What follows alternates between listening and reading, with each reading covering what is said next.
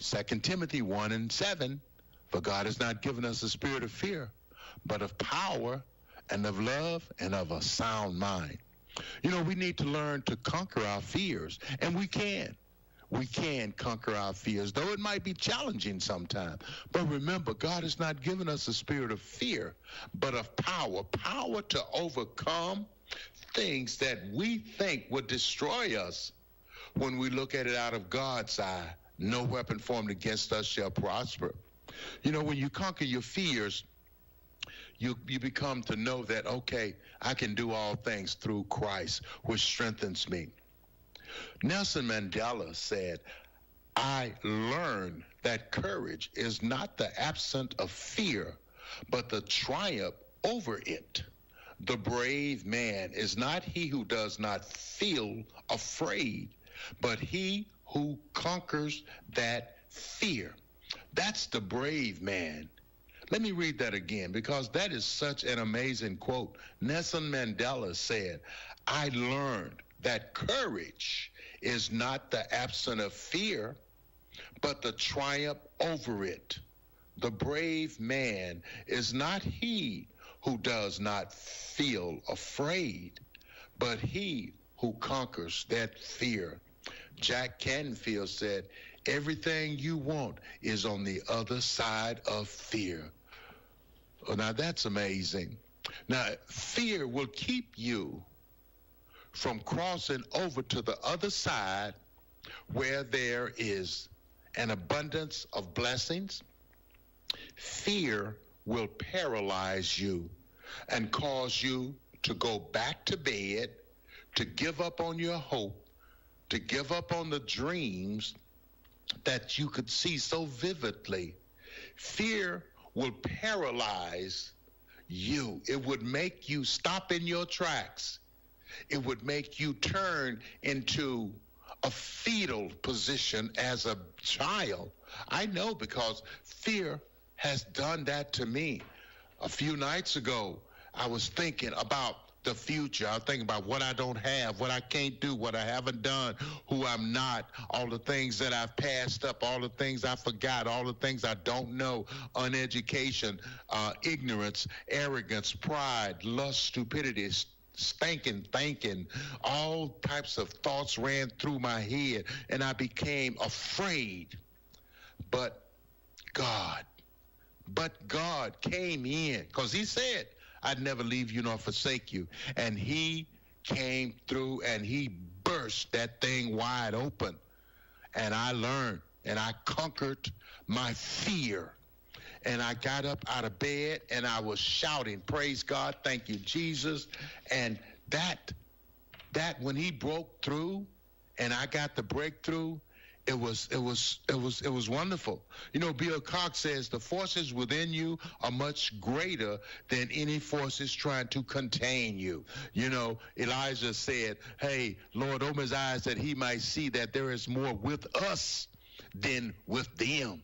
So, brothers and sisters, if you only knew what was inside of you, because he that is in you is greater than he that is in the world. So you can't overcome all of that negative self-talk with positive self-talk. But just remember, there's a way out of your mess, and it's JESUS. Where can you buy a brand new Nissan with a lifetime warranty? Kingston Pike. Hey folks, Gerald Anderson with Ted Russell Nissan. You heard it right. Every new Ted Russell Nissan comes with a lifetime warranty, and that's a long, long time. Ted Russell Nissan on Kingston Pike. Good morning and welcome to AM 1380 WYSH and Ask Your Neighbor. Ask Your Neighbor can also be heard and seen on our website, WYSHradio.com. And if you are in Anderson, Rome, or Morgan County and have Comcast cable, you can watch Ask Your Neighbor on BBB TV Channel 12. Ask Your Neighbor is the program where you call in and do just that. Ask Your Neighbor. Do you have a comment? Do you have a problem? Or do you have a question? Then call in and ask your neighbor. 865 457-1380 or toll free at 877-711-4005. And for those of you that might be listening or watching on the internet, you can email from our website, WYSHradio.com. Just click on the Contact Us button and email your questions. Now sit back and listen as listeners throughout East Tennessee and the entire world answer your questions on Ask Your Neighbor on BBB TV 12 and AM 1380 WYSH.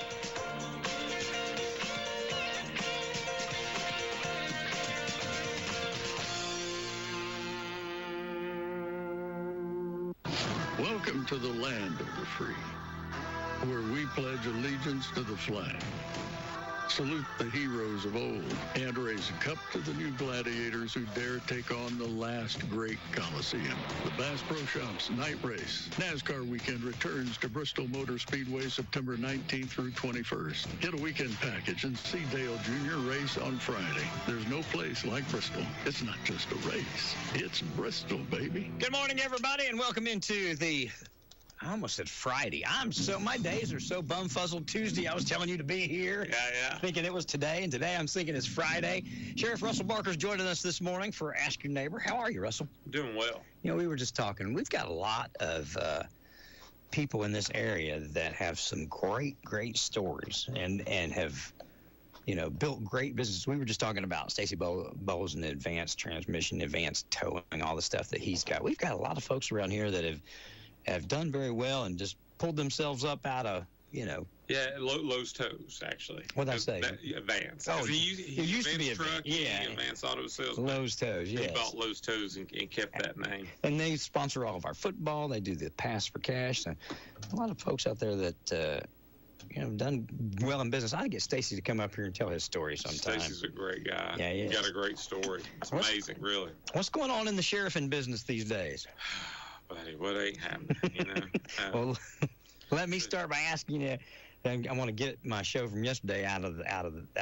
What about where we at with the school investigation? So I got an update. There's really nothing I can share, but what I would like to say is I watched your show with your anonymous letter, and I've had some conversations about the content of that letter, and just like you did, I would ask that whomever wrote that letter, I would like for him to either reach out to me or to the District Attorney General Dave Clark, because I think that in order to do a thorough investigation and make sure we don't leave any stone unturned, that they would be worth talking to. And I get where they're at, but I can also promise you this, myself or General Clark, my background prior to being sheriff was narcotics, and we dealt with confidential informants all the time. And I personally, in any drug case I've ever had, I've never give up my source ever, except one time, and she wanted to be given up because she wanted them to know who got them. Gotcha. So because she had scored to settle. That's what she was motivated by revenge. That letter had a lot of seemingly very intimate knowledge of the workings of what's going on.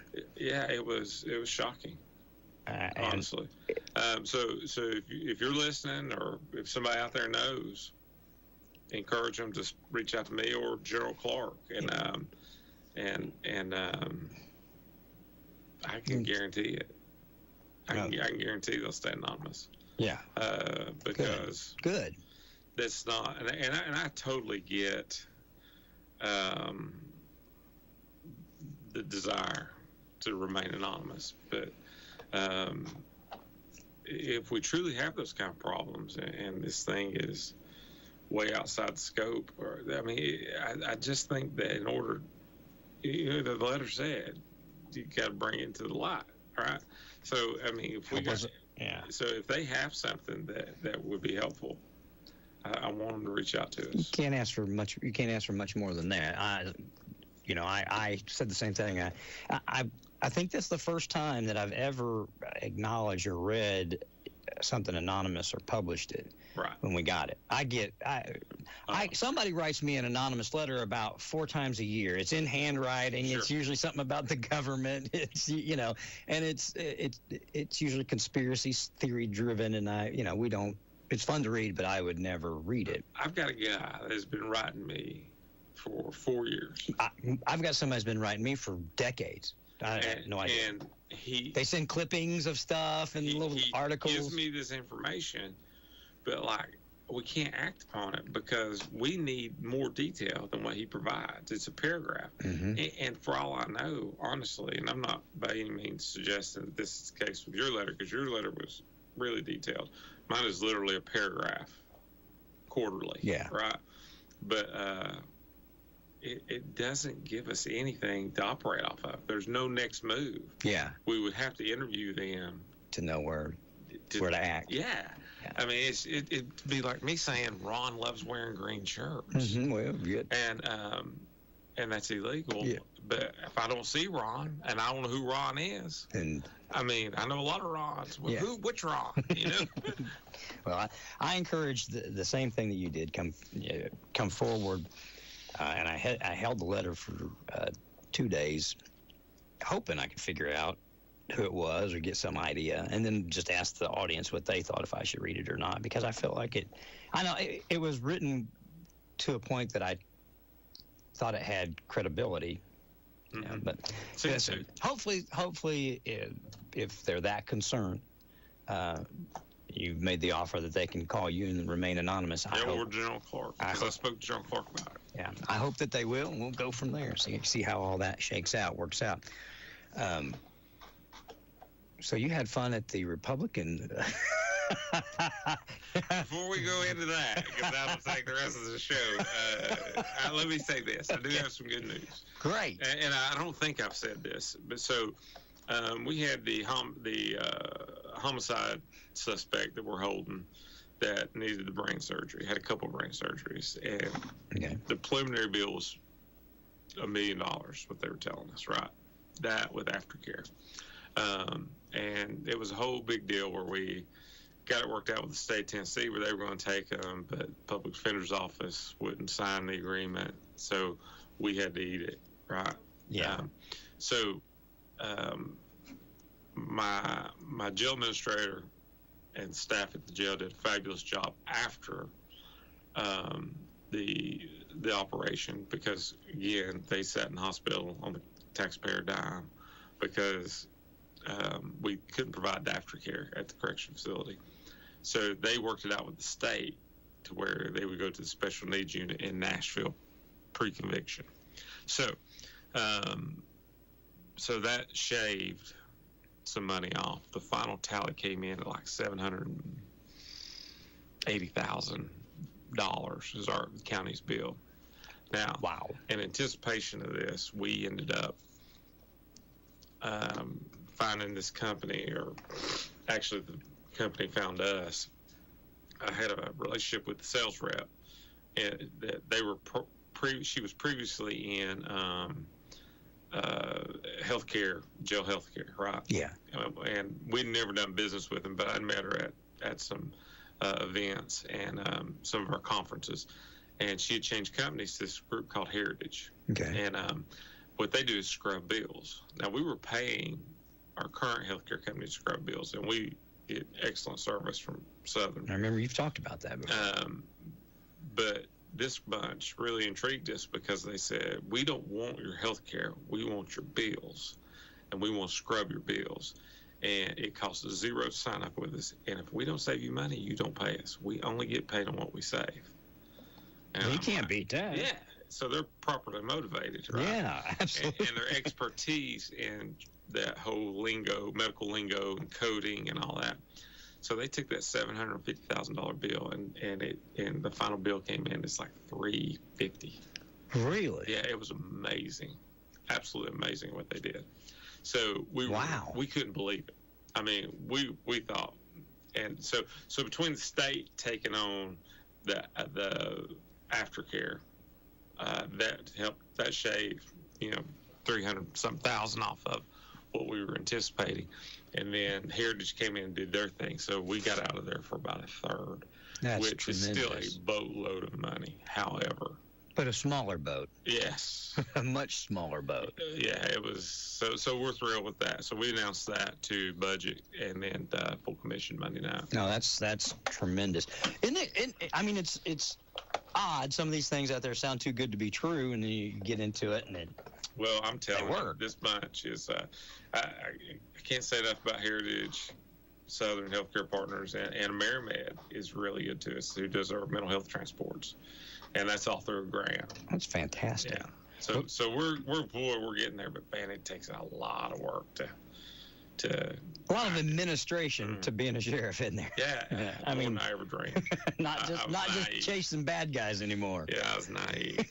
That's all right. You're doing okay. You're doing all right. Yeah. So to the GOP. Wait. Before we go there, I want to ask you a question that may or may not take up some time. But how many folks are in our jail that are undocumented? You know what? You asked me that, and I texted you back asking if it was for today or yesterday, and we never. Yeah, we never did kind of get right down to it because. Let me shoot a text. Because if you heard yesterday, we were talking about there's 181 what they call ELL students, which means they don't know English. Okay. In Anderson County School System. In our Anderson, just in the Anderson County School System right now. And many of them, if not all of them, I don't know for sure, but they also don't have Social Security numbers. But by law, by legislation, we have to educate them. You know, it doesn't matter whether they're citizens or not. We have to educate them. Right. And it's $10,200 a year to educate them. That's why I was saying yesterday, you know, we fuss about a lot of stuff, budgetary items, but this costs about $2 million a year just for that 181 to be in our school system. You know, if you educate somebody for 12 years, $2 million a year, that's $24 million of people that aren't citizens. And I don't know what it cost. What's it cost to house a prisoner each year? I heard $30,000 somewhere or something. I can't remember. So we can do the math here. Let me shoot this text. All right. To my JA. See. Okay, we'll find out. So I just, again, that's kind of a continuation of the school, and that's kind of a continuation from yesterday's program where I was asked to get some numbers. So we'll get some numbers and find out. So we get paid. We have that tier 1 and tier 2. Okay. So we get paid more than most jails in the state. There's only 2 of us that have that designation. Us in Blount County. So we get paid $38 a day per inmate. Got it. Per state inmate. Okay. Mm-hmm. But now that we're tier 1, tier 2, it's now 45, I think. Okay. Because we got more money with each tier. Now the state pays us that, right? State pays us that. Yeah. Only on state inmates. Okay. Now our pretrial misdemeanors are Anderson County's. You know. Yeah. And the cost, really, that's just an average because it really varies on what kind of health care issues they have. But you know, we're feeding inmates per day. You know, we're 400 people, right? Yeah, but it's just over $1 per meal, okay. Right? And I know everybody out there who's in the grocery store, it's like, how do you do that? Yeah, well, trust me, we ain't a 5-star cuisine. We ain't gonna be the Pearl over it. The Pearl of Spire Mark doesn't need to worry about us. Ramen noodles it is. Here we go. So, but it's expensive to hold these people. Well, sure. And the health care is honestly the one thing that's the most tough to manage. We budget around $360,000 a year, $360,000 a year, and we triage that and that's in addition to what we pay for the Southern Healthcare Partners to provide us nurses and doctors. Okay. So this pool of money is simply just for when they go to the ER because it can't be handled in house, right? And we bust that every year because it's so unmanageable. An homicide guy come in had a tumor. Yeah. I mean, you just don't you don't know. Plus, I've said this before. Unfortunately, our clientele down there, man, they're not out here getting preventative health care. They're not going to see the doctor. So when they get here, they've got needs. Well, yeah, and 95% or higher of all of our crimes are drug and alcohol related, and so they get some sobriety under their belt, and everything starts hurting, and I've said this before because it was shocking to me, but I've been sued twice over false teeth because when they come in with meth mouth, I pull their teeth. And you don't buy them buy them new teeth, and they've sued me twice over that. So it's going to vary. It does. What it costs, but just on an average, somebody that doesn't have a heart attack or whatever. Let's grab. Because let me ask you this: so the true cost, back to that, is estimated to be around $75 a day. Okay. And we're getting about 46. So we're going to spend about half there. The state's going to provide about half. Yeah, we don't make money. No, absolutely don't make money. Yesterday, if you were listening toward the end of the program, I heard George call in. He's been calling the station for years, talk about two accidents in his front yard. One, a van with undocumented immigrants, illegals, flipped the van over on its side. Were so drunk they couldn't walk. About 30, yeah. We got about 30? About 30 grand a year, yeah. Okay. $30K, okay. And so anyway, so they flipped the van in his yard. They don't have any documentation. They can't speak English. And the police officer says that it's not worth the paperwork to even arrest him because they just let him right back out. So they didn't arrest him. Let him go. Let him walk away.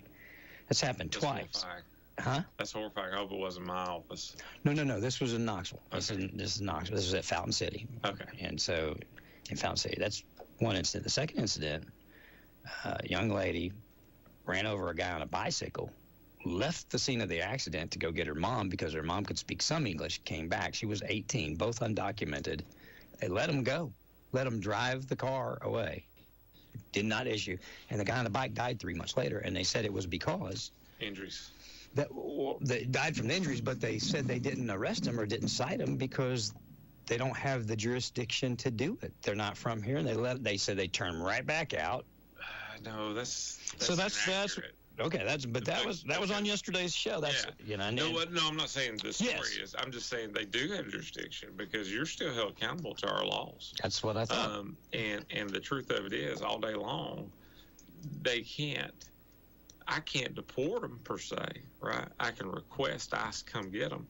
It's up to ICE to come get them. So if you pull somebody over, I'm required to tell them that. I'm required to report that to them. It's a mandate on me to report to ICE. Yeah, hey, I've got an undocumented here.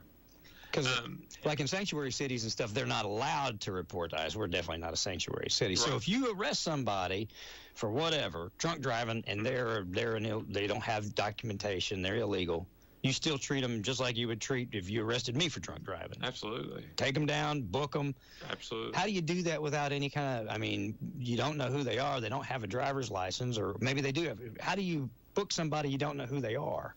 We got 3 right now. Oh, 3, okay. Yeah. Gotcha. So, we have some resources as far as interpreters go, right? Okay. I don't think I currently have anybody on staff, but I have in the past. But we have relationships with other agencies, and they'll get on the phone and help us. Right? So they talk to the person and get the information. But like, for example, no Social Security number. It will just simply document that into the paperwork when we book them in. That they don't have it, but we have to report those numbers to the state and to the federal government. Now, it's up to ICE whether they come and get them or not.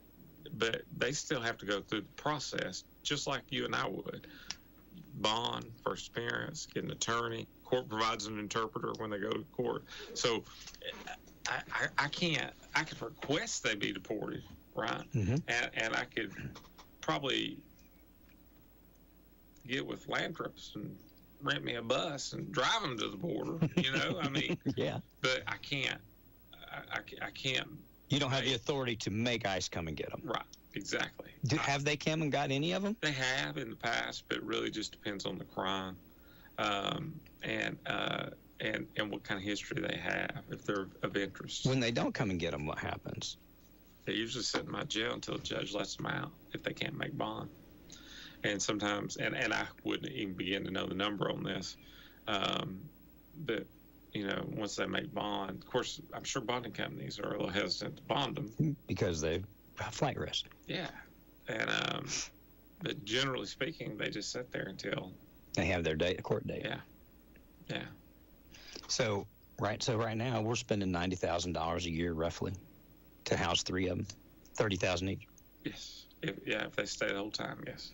Okay. And I don't know of any crimes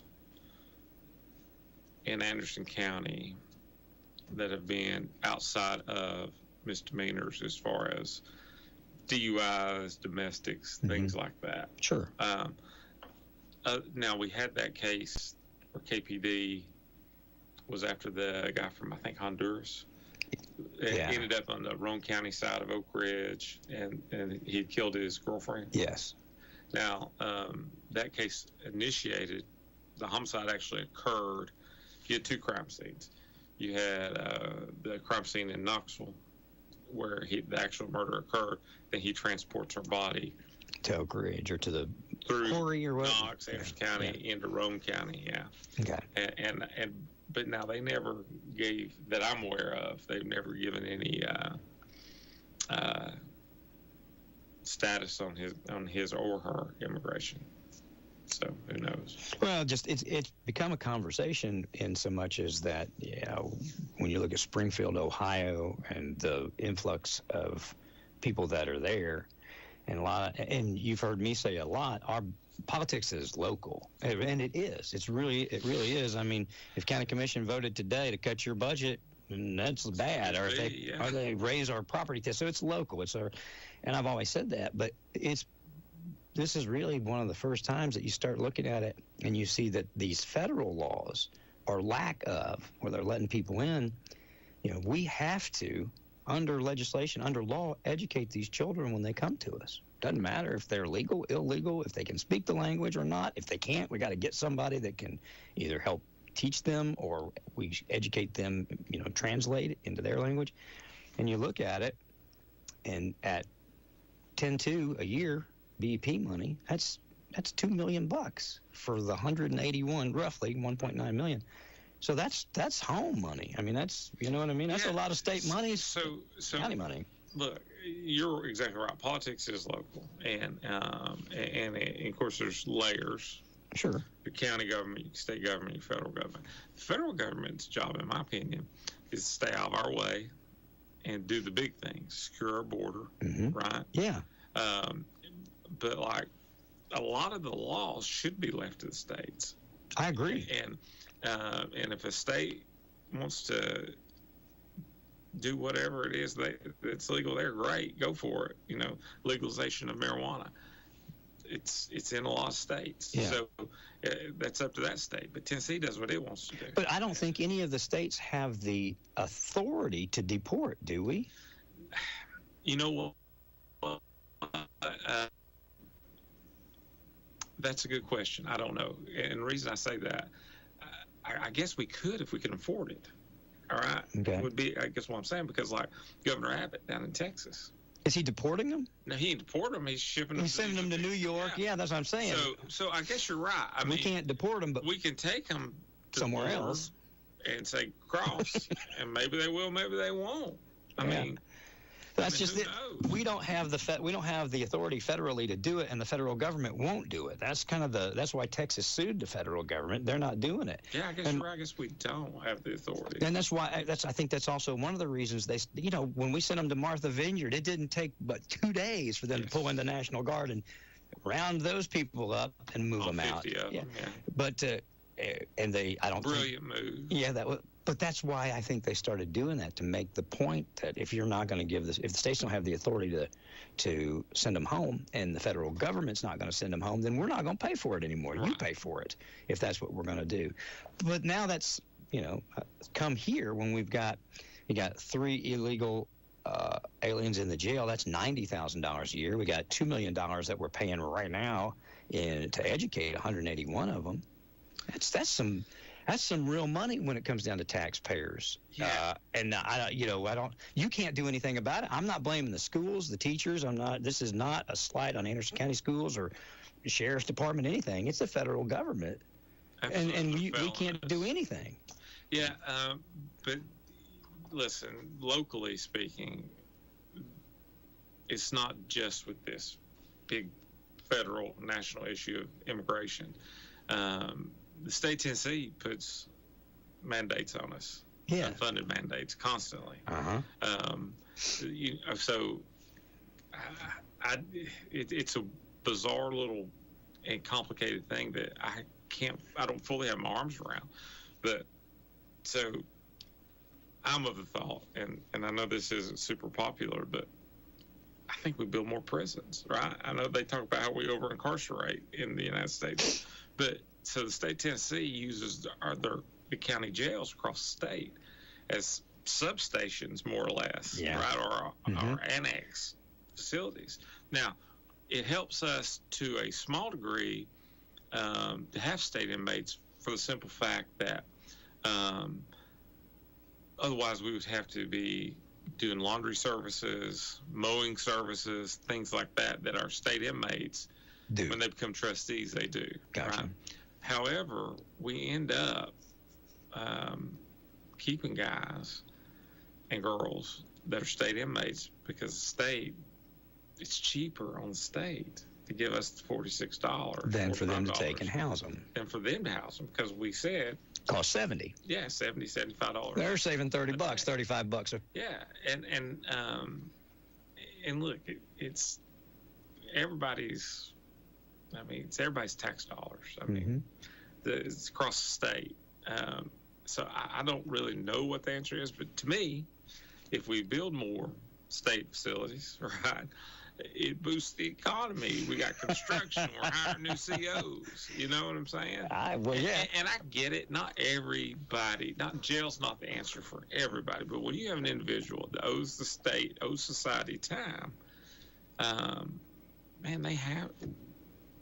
Look, build it, is what I say, right? And I don't know financially what the impact would be if we had 0 state inmates to Anderson County, right? Yeah. Because the problem is with your pretrial detainees, right, people who are not convicted in court yet, whether it be misdemeanors or felons, I can't put them to work in the jail because they've not been convicted of anything. Gotcha. So they can't be a trustee for me. Because they've not went through the whole process. Yeah, so because they've been accused of committing these crimes, not found guilty. I just think that it's real cut, dried, and simple. If you arrest somebody and they don't have documentation, they're not from this country, you ought to be able to pick up the phone, call ICE, and they come and get that person and deal with that person. They're supposed to come and get them, and they're supposed to deport them. That's what the law on the book says. I literally don't know if it's ever been that way in the 24 years I've been a police officer. I know that I told yesterday a story about Campbell County years and years and years ago. My family was friends with a family whose dad was a state trooper, longtime state trooper, and he pulled a busload over. This has been years ago, and called ICE out of Memphis, and they didn't have anybody. They just said, let them go. And have everybody come and get them. So we've had that problem a long time. But and personally, and I'm sure there's people who would disagree with this, but like I welcome anybody to this country who wants to come the right way and wants to come to work, right, and pay their share. Sure, absolutely. And more importantly, I want them to assimilate. I want them to become Americans. Yes, I'm right there. We're not keep their culture and try to change mine. Yes. And I don't think there's anything wrong with that. And I get the temptation of moving fast, particularly if you're coming from a country where you're dealing with some corruption. It makes it difficult. But man, turning a blind eye to this is not the answer. No, we got to close. And it's so bad now that I don't know how we would ever. I mean, unless federal government really pour resources into it, because I don't know how you find these people and get them out here. I really don't. And so what if you do run across somebody who's been here 10 years and they're illegal? They're illegal, but they've worked, they've not been arrested, they've paid their taxes, because the IRS now, that's another thing. The IRS, they can get a pen and pay taxes, and they know when they have that pen, they're illegal. You know what I'm saying? So it seems to me, again, I'm just plain and simple. It just seems to me that if they enforce the laws on the books, which would close our border, put it to that. That's the first step. Stop, plug the hole. And then if Trump's elected, he says he's going to deport. He's going to have a massive deportation. I think there might have to be some exceptions for that guy, the 10-year guy. Yeah. But our Congress needs to get together and figure out those they need to legislate that. If it's too hard or there's not adequate law to deal with the cases that we have, they need to do that. They need to make it. Otherwise, I mean, right now people are coming from anywhere and everywhere. They're walking across. Shocking. It is shocking. It's not just Mexico. No, it's from everywhere. It's around the world. And that's why, I say everything I've said is to draw attention to that, but to also let people know, guess what? It's here now. You would have thought Clinton, Tennessee, Anderson County, Tennessee, we're a little bedroom community in Knoxville. It's nice and quiet in the foothills of the Smokies. And now here it is. We're just in our conversation between me and you, our tax dollars, we're putting out about $2.1 million a year now to house them in your jail and to put them in our schools. Yeah. Here it is. We didn't have that before. We didn't have 181 or whatever. So people need to wake up, and we need to apply pressure where we can for our federal government, which would be Tim Burchett, Chuck Fleischman, some of those folks. Yeah. So I think we are lucky that our elected congressmen and senators are fighting for it. Yes. Right. They're on this side of it. They're on the right side of it. Absolutely. I couldn't imagine the political chess match you have to play. I bet it's amazing. Well, and right now it's a huge game of chess because the party that's in power is the party that's letting this happen, and the Republicans that are trying to figure out a way to do it. I mean, you have to be able to dance around whatever it is that the Democrats are trying to do to get anything done. Yeah. Because they're the majority in the Senate for sure. Yeah. All right, let's move on to. So. Man, you're going to get me divorced. No. We're not going to get deep into this. We're not going to get too deep into it. But there was a discussion at the Anderson County Republican Party meeting.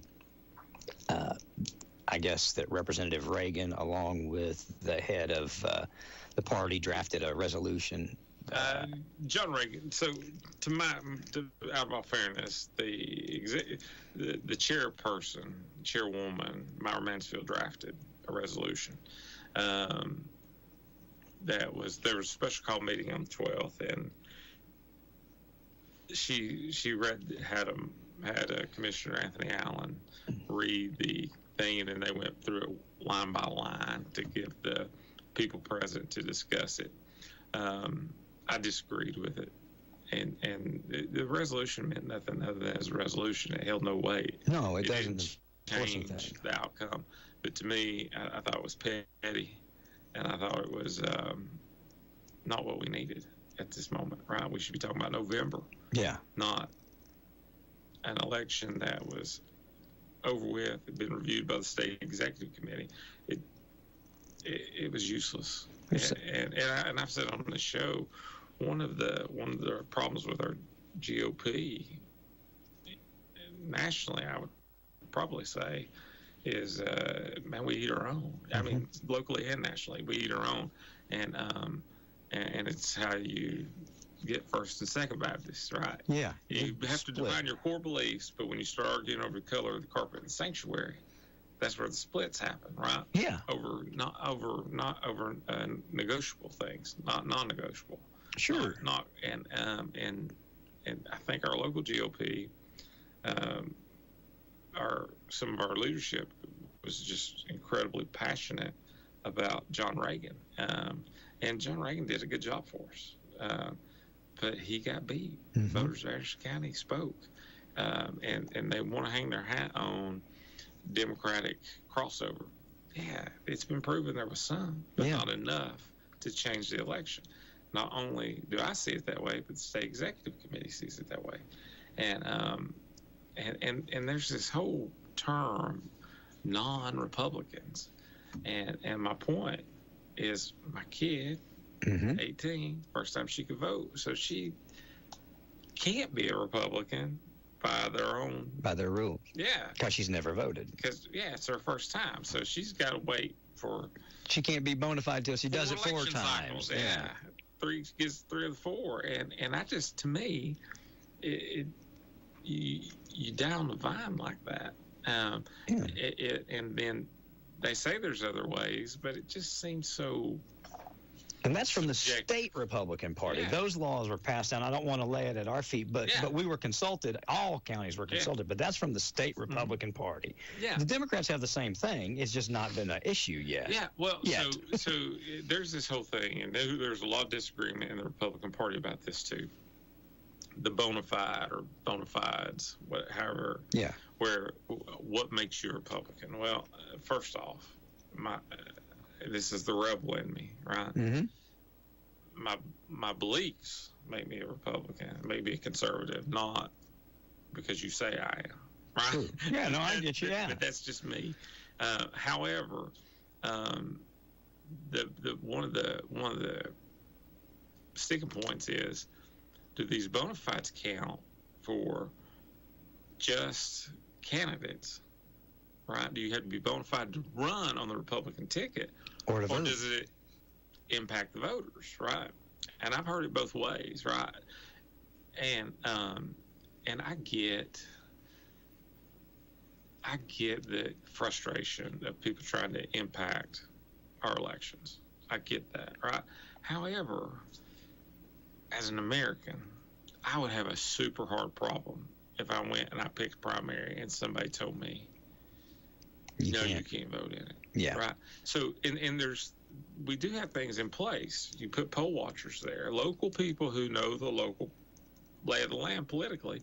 And so how it would be is, you're supposed to have a poll watcher there. You come in and say, I'm voting in the Republican primary. And I say, listen, I know Ron's a Democrat. I challenge this. So you get to cast a provisional vote, and then it gets reviewed. Oh, right? So we do have a mechanism at the time of voting. Yeah. And so you still get to vote. You still get to vote in the primary, you said. But basically, we earmark it, and it's called provisional Did that ballot. Happen in the last election? No, they didn't do it. They didn't do it. See, that's okay. I didn't realize that we had the option for that provision, but it'd have to be somebody that knew or guessed or whatever. Yeah, and how would you prove? If I walked in and said I want to vote in the Republican primary, how would that outside of Russell says I'm a Democrat? No, I'm not. Russell doesn't know me. How do you then go to the next step? Well, so they say, okay, the how was explained to me. So you cast your provisional vote, and I don't even know who looks at this. I guess the election commission. I don't know. But it would say, okay, look for Ron to jump back and forth, right? So you vote locally in the Republican primary, right? Mm-hmm. And then the next election is a general election for locally, but it's federally a primary. Gotcha. Right? And you vote in the Democratic primary federally. Yeah. And they say that's the pattern you're looking for, right? Now, but does it apply to voters, right? And again, if I'm gonna swap every other time as a free American, born, I get it. I would just, I'm a little, I can't reconcile all that, right? I don't know how I feel about it. And then particularly locally, I know plenty of people that are good people, mm-hmm. but are not on my side of the fence politically. I understand, yeah. And it doesn't mean they're bad. We disagree on politically politics. on some things, right? So it's just got so toxic in politics. I agree. And I think we forget these people are our neighbors. Forget their people. Yeah. And we get, And look, everybody, you know, I know this from law enforcement. If your loved one is killed, it's very important to you because that's the biggest thing going on in your life. Sure. If your life's vanilla as can be and the neighbors cut your hedges when they shouldn't have, and you call me out there, that's the most important thing going on right now. I mean, seriously. I get it. So I get when these people grab a hold of given issues and they become passionate about it because it's most important. What's most important to them. But we get so nasty about it, man. Well, it was overdone and decided by the state. The resolution was almost, to me, just have the last word, kind of, you know what I mean? And I didn't see a place for it. I think that the Republican Party and the voters will hold Rick to a high account. Absolutely. Especially now, you know what I mean? I mean, he did what he was supposed to do to run legally. You know, he got challenged to the state. They went through the processes, and they said he was bona fide. You know, they looked at overturning the election. I think it's 41-7 not to do anything with it. And then to come back, and he participated in. He was coming to participate in the Republican process at the meeting. So. Yeah. So, and there again, it's just confusing in the sense that the state of Tennessee, the Republican Party, the state party, said Rick was bona fide. The local party says he wasn't.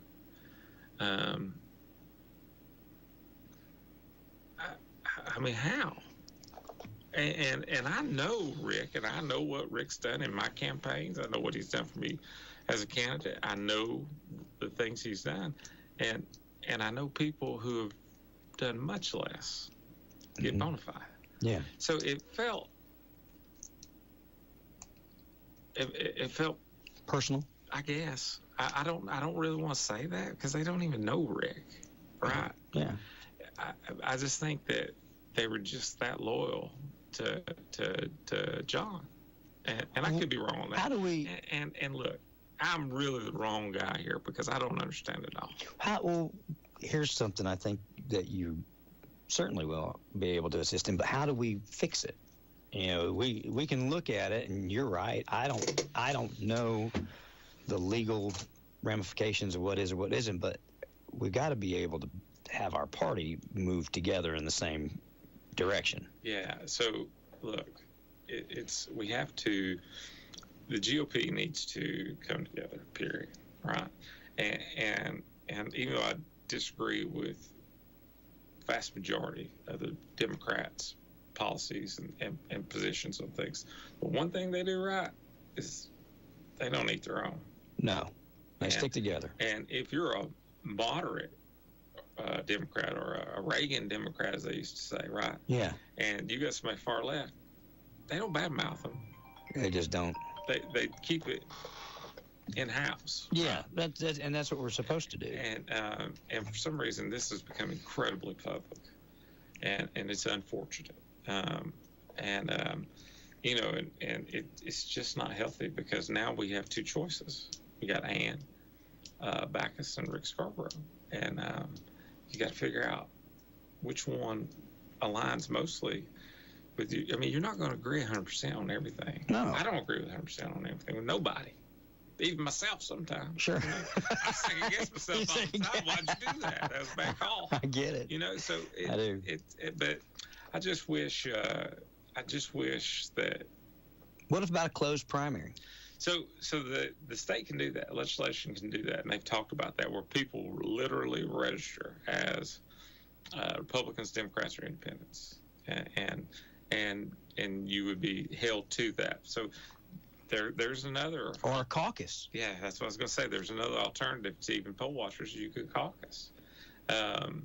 Now, I've never known of that, but of course I didn't really pay attention to politics until I ran. Sure. So I'm sure it's happened somewhere down the line in Anderson County. But yeah, that's an option to caucus. Well, there's just something. I mean, we've got to figure out a way to do this and keep the integrity of the party, but also the integrity of the folks, the citizens that want to vote. And I just, there's a purity test, and I made the statement at that meeting that is, I think, our leadership at the GOP locally. The purity test is so stringent. And I said this, I said, if you really apply that to all candidates, you will not be voting for Donald Trump. He's voted Democrat. He's given to Democrats. Oh, yeah. I mean, so, and then... He changed his affiliation in 12. I think in 2012, he went to independent and then back to Republican. He went Democrat, independent, Republican. So think about that. Just when you look at a human, right? I'm not the same guy I was at 20. True. Right. Yeah. I was a knucklehead. I mean, I was a total knucklehead. I got it. And so, are we allowing room for growth for people to mature into being a Republican, or to find that their core beliefs have changed, or that the Democratic Party has left their core beliefs and they're left kind of dangling in the wind? So Commissioner Allen always says we're not a place for homeless Democrats. And to me, look, we're just not going to agree on every single thing in the Republican Party. Ron, you and I ain't going to agree on everything. No, from a political standpoint. Sure, absolutely. There are things that I think are necessary that you may not. Yeah. So I think it would be pretty close, but, yeah, but still there'd be something somewhere. But at the end of the day, why would you turn people away? We're not looking for. I mean, it doesn't make us instant enemies. Shouldn't. Because you lay 5 topics out there, and we agree on 4 of them. We got way more in common than we don't. Well, yeah, and I mean, but so the one thing we don't agree on doesn't make us enemies. Sure. And doesn't make us not part of the same team. I mean, just doesn't. No, I agree. I agree completely. I understand what the Republican Party is trying to do, and I mean, I've seen there was a huge open public effort to move Democrats over to vote in the Republican primary when Steve Emmert ran against Terry Frank. Huge. Yeah. Catherine Denenberg ran Steve Emmert's campaign, and she was the chairman of the Republican Party, and he was running as a Democrat, and he was running as a Republican. Yeah, I remember those.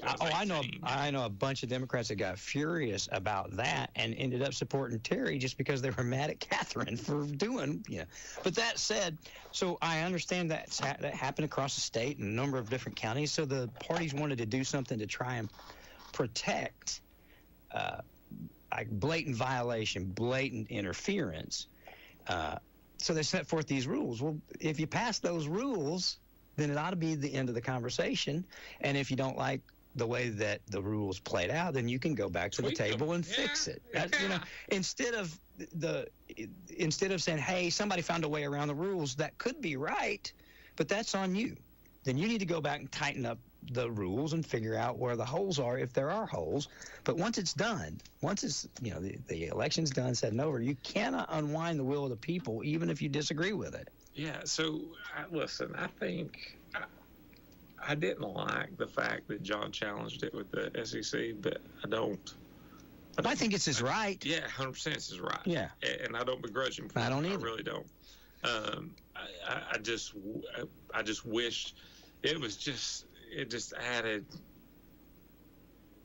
more. Well, John needs to call it into it. John needs to be the one that said, hey, I lost. He needs to get behind Rick.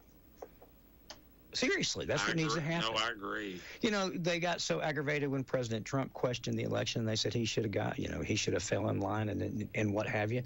And really and truthfully, he did. I mean, he didn't challenge the election anymore. He may not say that he lost, but he acknowledges that Biden is the president legally. So it's time to move on.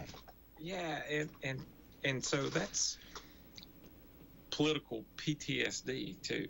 I agree. The Trump election, right? Yeah. And what I mean by that is like, this is so different. Like, there was a problem with the machines. There wasn't No. a box of absentee ballots found in the middle of the night.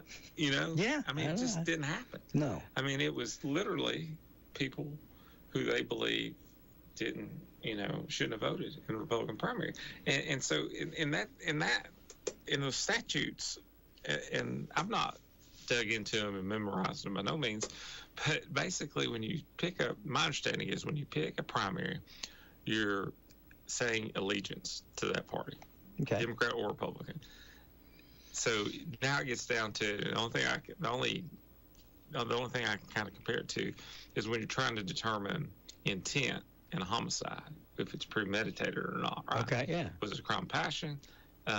Did you at that moment you decide to kill somebody, or was it premeditated? You've been planning for weeks to kill this person. How you're going to do it? So if somebody comes up and says, "I'm Republican now. I'm going to vote in Republican primary," is that 30 seconds that they're standing there at the table to get checked?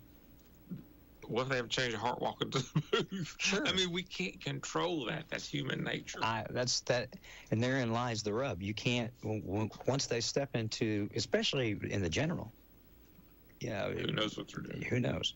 I hate it so. The proof's going to be in the pudding with Rick. He will be scrutinized. He'll be watched. I don't mean that negatively.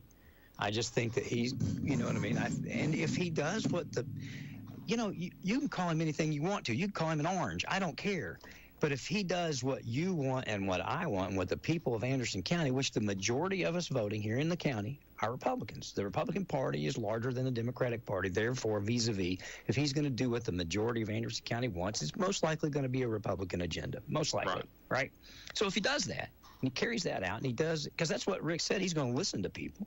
He might disagree with them, might not, or he might agree with them, but he'll listen, he'll call you back, which is, nobody got rid of John because of 100% they didn't like his policies. John is no longer our representative because John gave the appearance that he didn't listen to his constituents.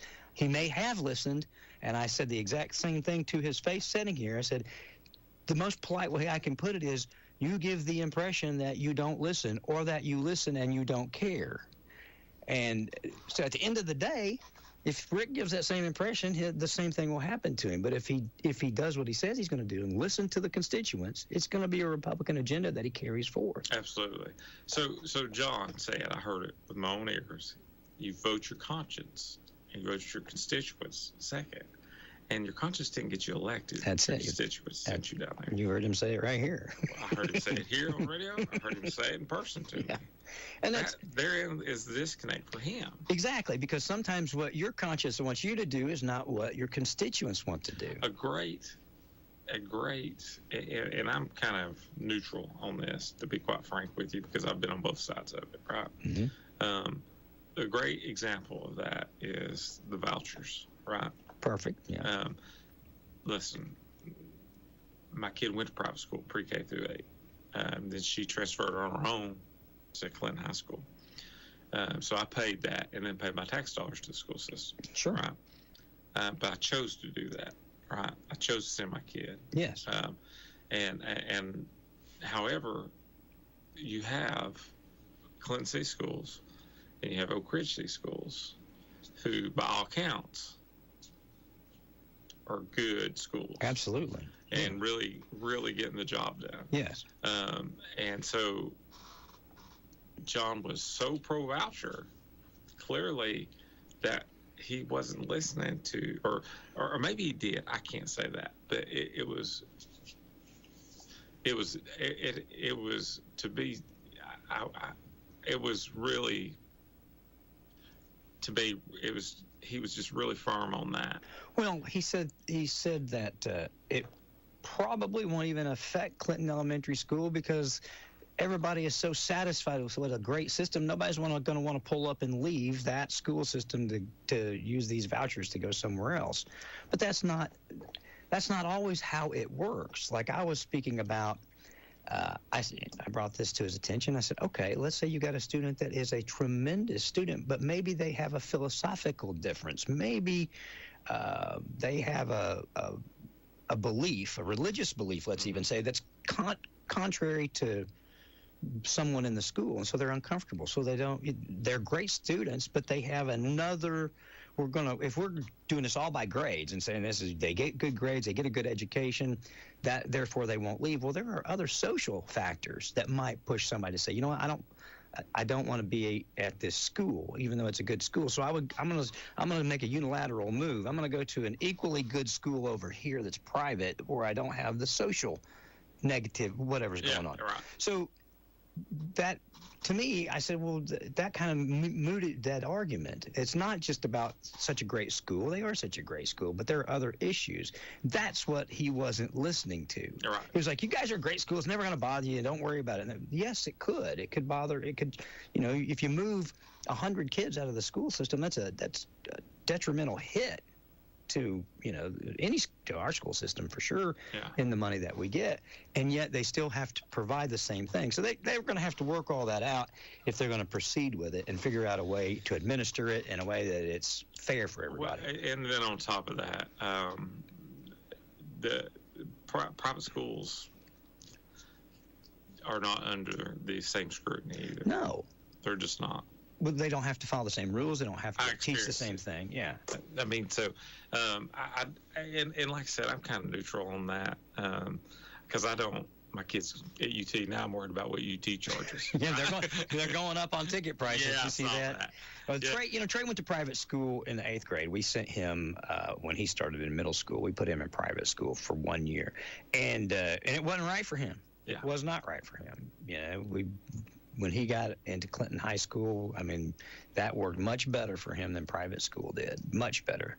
And so it's not, even sometimes when you feel the need to do it, it's not always the right answer. So vouchers, even for a lot of people that think they want the vouchers and they need the vouchers, it's not always the right answer to go to private school, Yeah, I don't know. I mean, I really don't. And then you. But I'll tell you who decides. I think that what we have to do, like it or not, you take the teachers, the administrators, you take the education, you take the pool of people that make up our educational functions, our educationals, you have to listen to them. You have to. It's like building a house and saying we don't want to hear from a contractor. Right. We're going to build it this way, and the contractors are saying it's going to fall down, and we don't care what you say. This is how we're going to build it. This is what, Yeah. You've got to listen to the educators. And I know a lot of people say, well, educators are liberal. And that's true, I think, in a lot of sense. As a whole. But at the end of the day, and I don't want social issues being taught in school. I want reading, writing, and arithmetic. Absolutely. But at the end of the day, they're there to do their job and educate our kids and teach our kids. And if they don't, then we need to act and put pressure on getting them to leave. I think sometimes the citizens forget they have the power of almost all of this stuff through the vote. School boards are voted for. School boards hire and fire directors hire and fire teachers. I mean, it starts with a vote from us, and we can. Four of our school board, 3 or 4 didn't get reelected. So let me tell you this that I think is just super cool. A friend of mine just shared this with me this week because we were talking about education and stuff, and he said that his kid at Clinton Middle, I think it was, has a class, and the title of it is just money, right? The title of the class is money? Yeah. I love it. And they literally show you things that, because we were talking that his kid has never seen a check, like handwriting a check. Uh-huh. And what led us to that was I was talking about how we had Ansley was not really familiar with how to she was a little questioned about, okay, so I put where I'm sending it here on an envelope, a thank you note for graduation, and return address can go here, and the stamps here, so because she hadn't done that before. Emails. Yeah, it's all electronic. Yeah, and so we were talking about that, and he said that he was so happy to see that because they talked about managing money, earning money, doing things with your money instead of, because, there's a segment of kids that's probably never done anything but pay with their phone. Oh, I guarantee it. So it's going to be, So that is one positive that I've heard, that class even exists. No, that's fantastic. Well, I don't know how we got off to that, but still. Because it's just me and you. We don't realize everybody's listening. That's true. We just talk just like we talked before the mic's on. Dangerous. So really, truthfully, that's about all I had to do. I just wanted to ask you about that, the kids, the illegal population, and then, of course, a little bit about the Republican Party and going forward. So yeah, I hope we get that straightened out. We will, and we'll see. I mean, but all in all, how are we doing? How is our retention of our employees there at the jail? You were in double digits when you were here last time. So we've got some new hires at the jail, and we've took a little bit different approach. Okay. I know several months ago when we first started doing this segment, one of the things that we learned was people come in, apply for a job, but our process was so slow that by the time we got around to offering them a job, they'd already taken a job and been there for a couple months. Yeah, right. Gotcha. So we sped that up to where we got it down to less than 10 days, right?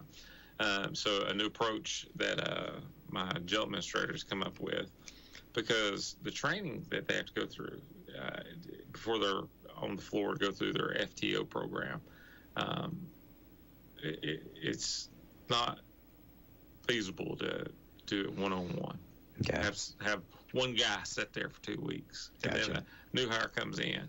So, but one of the things that we've done is what they used to call in the car business is dehorsing them. Right?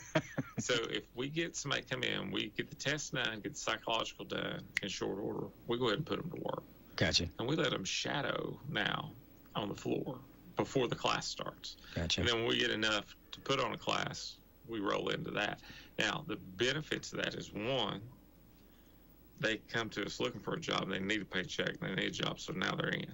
Two, it gives them a little bit to kind of look and say, yeah, this ain't for me. Gives them a taste of it. Before we've ordered all these uniforms, before they've got paid for, 90 days and then realize it ain't them. So I think that is we're going to see that we're going to hire the right caliber of person. Yes, somebody who's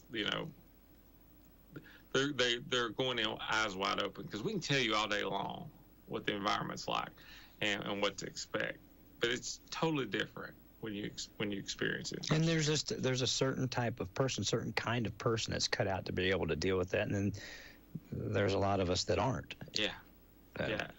Listen, I've said it before on here. If I had to go down there and work floor at the jail, and that's how I made a living, I don't know if I could. Because it is that difficult, guys. I'm telling you. It's a hard job. You have no idea. I mean, it's just unbelievable. They sent me a video the other day where 3 inmates decided they were going to jump one. Mm-hmm. And I'm just like, good Lord. So, and we had 2 COs running in on 4 people fighting. Trying to break up a fight. Yeah. Everybody got pepper spray, including COs. Everybody was coughing and snotting. But they did a good job. They got them under control, and got everybody back to their cells, got them treated for the pepper spray, How about crime in our area? How are we? We up? We normal? We even? What's going on here? It's holding steady. Like, we didn't see the summer bump that we normally see. It's good, because the theory there is you have cabin fever. Everybody gets out, weather gets warm, a lot more people outside, cookouts and alcohol. More chances for turmoil. More. But we really didn't see the bump that we normally see, so that's a really good thing. And it seems like, though, 24 has been the year of just big cases. Lots of stuff. Big, difficult cases. Yeah. The thing with CHS and the grades, the capital murder trial. Yeah. I mean, it's been big stuff. Really, I need to get Rex. Rex is going to come up here. I'm going to call. I'm going to make a note. I got to call him. He was going to come up here and talk about that trial, and just all that went into it. There was a lot of behind the scenes that he had to do. Yeah, it was amazing. So I dropped in a couple times as the jurors were eating, like on Sundays, right? And man, there would be my there'll be my court security and Rex every time. I mean, every Dad'd single be time. there. Yeah. Yeah, so we'll get him up. But you're right, we've had a lot of big stuff going on this year. Yeah, 24 has been the year of big things. I mean, keeping you busy. Yeah. So all in all, it's really good, and I probably thus far, I'm super proud of the money, how we've handled your budget. Yeah, because I'm telling you, I was super concerned about that. Just the medical cost in and of itself, because that was something. How do we deal with that? We've talked about this before. There's not an answer, because you never know. There's not. And there's no way to budget for that. Who just can't. I mean,